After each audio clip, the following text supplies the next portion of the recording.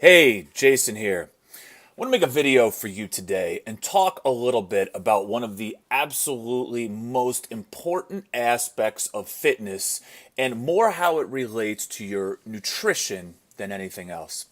And I want to talk to you today about delayed gratification and what delayed gratification really means and what it should mean to you.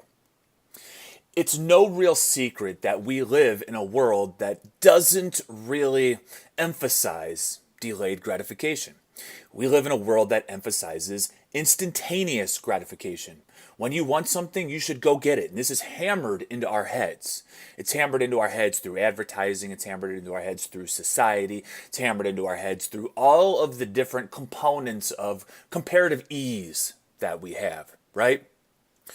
You're hungry, there's a million different restaurants that you can choose from, and they're all there. You drive down the street and they're calling your name. You've got fast food spots, you've got quick eat spots, you've got elegant restaurants, you've got convenience stores, you've got gas stations, you've got grocery stores, and they're all just yelling for you, right? And it can be difficult to get out of our head in that situation because especially when we're dieting, you're going to be hungry at times. That's part of dieting. You are purposely eating less food than you need in order to attempt to burn body fat. So this is a natural part of dieting.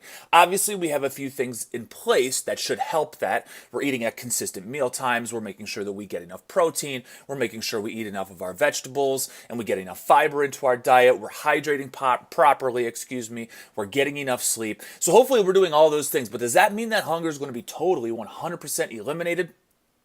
No. It doesn't really mean that. And this is where we really need to fight, oftentimes tooth and nail, in order to make sure that we are delaying our gratification. Just because it's the afternoon and we're hungry right now and we're tired after a long day of work, or maybe we just got to the gym and now we're absolutely exhausted and all we want to do is just get some comfort food and eat it, right? We want that instantaneous gratification, but maybe your dinner isn't for a couple of hours. So how do you make it through?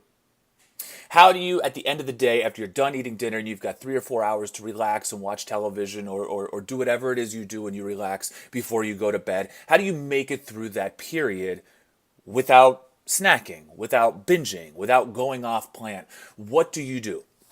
And it is all about delayed gratification. I want to tell you a little bit of a story. This isn't about health per se, but it's definitely about delayed gratification. One of the best supporters of delayed gratification that I've had in my life is my parents, and namely my dad. It was not necessarily with fitness and nutrition, but it was with finances. He was very frugal and very conservative, and there's a reason why now him and my mom are retired and they have millions of dollars in the bank. But that's neither here nor there, right? So the story is this: I was in seventh grade, I believe, and I really, really, really wanted a Sega Genesis. For my first 16-bit video game system, I wanted to play Sonic the Hedgehog and NBA Jam and Street Fighter 2. If you're as old as I am and you remember those games, and I wanted the Sega Genesis, and it was $149. I distinctly remember that. It came with Sonic the Hedgehog and it came with one controller. So I lobbied for that Sonic the Hedgehog, and it was probably like April or May. It was the spring of my seventh grade year. And so I'm asking my dad, please, can I have this? Please, can I have this? And he kept saying, no, no, no. He said, I'm not going to buy it for you. And the reason I'm not going to buy it for you is because I already bought you a Nintendo. And these new video game systems come out every few years. And I'm not just going to spring a couple $100 every single time one of these new video game systems comes out. And I said, okay, so what are my options if I want to get one of these? And he said, Jason, here are your options. He said, you can wait until your birthday. And my birthday was like 10 months away, right? My birthday is in March, and it was like April or May, so my birthday was way far away. You can wait for your birthday. He said you can wait for Christmas. So Christmas was like, 8 months down the road. That was a little better, but it still didn't really cut it. And then he said, or you can go get a job, right? Now, I was a little bit young to go, get a job working at Kroger or whatever. So what I ended up deciding to do was, and maybe this is a little glimpse into my future as as a business owner, but I sat down at my parents' computer on Microsoft Works. Remember back when there was no Microsoft Word, it was Microsoft Works, and I made up a little flyer.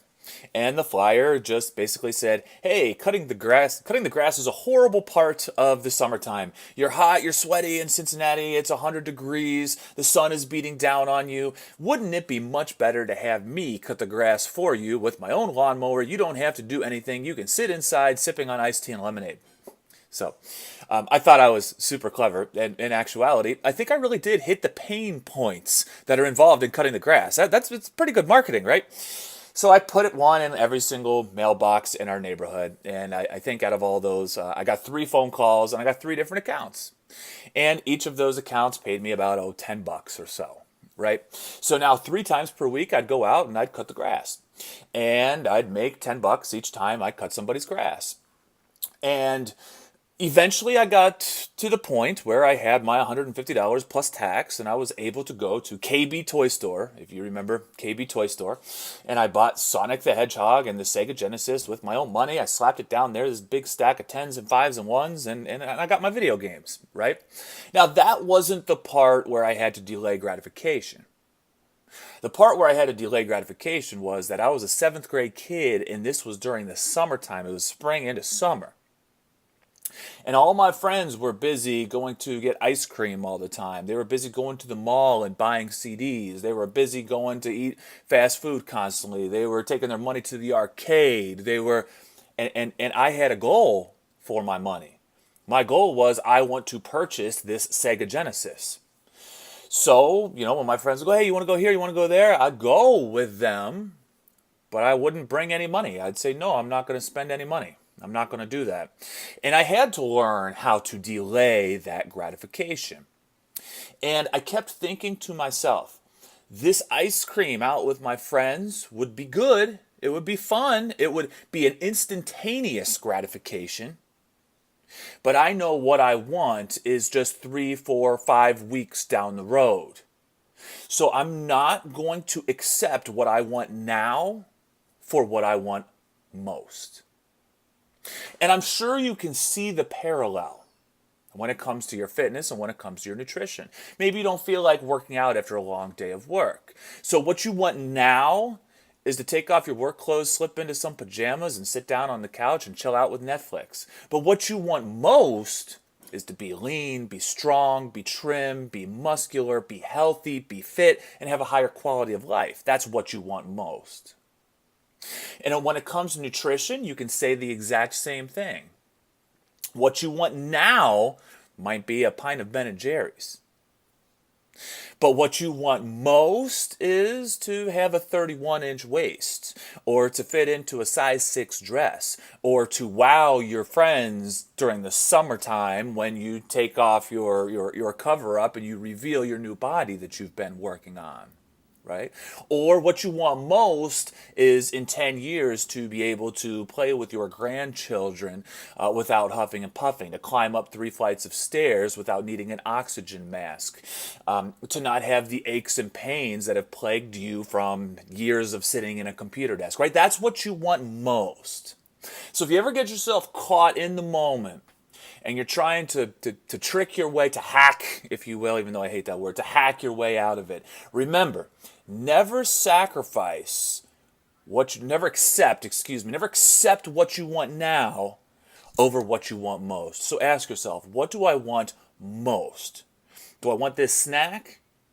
Or do I want to lose 20 pounds? Do I want this this meal out? Do I want this 6-pack of beer? Do I want this, right? Do I want these things? Or do I want to be the healthiest version of myself that I can be? So keep that in the forefront of your mind, and I hope it helps you out when times get tough.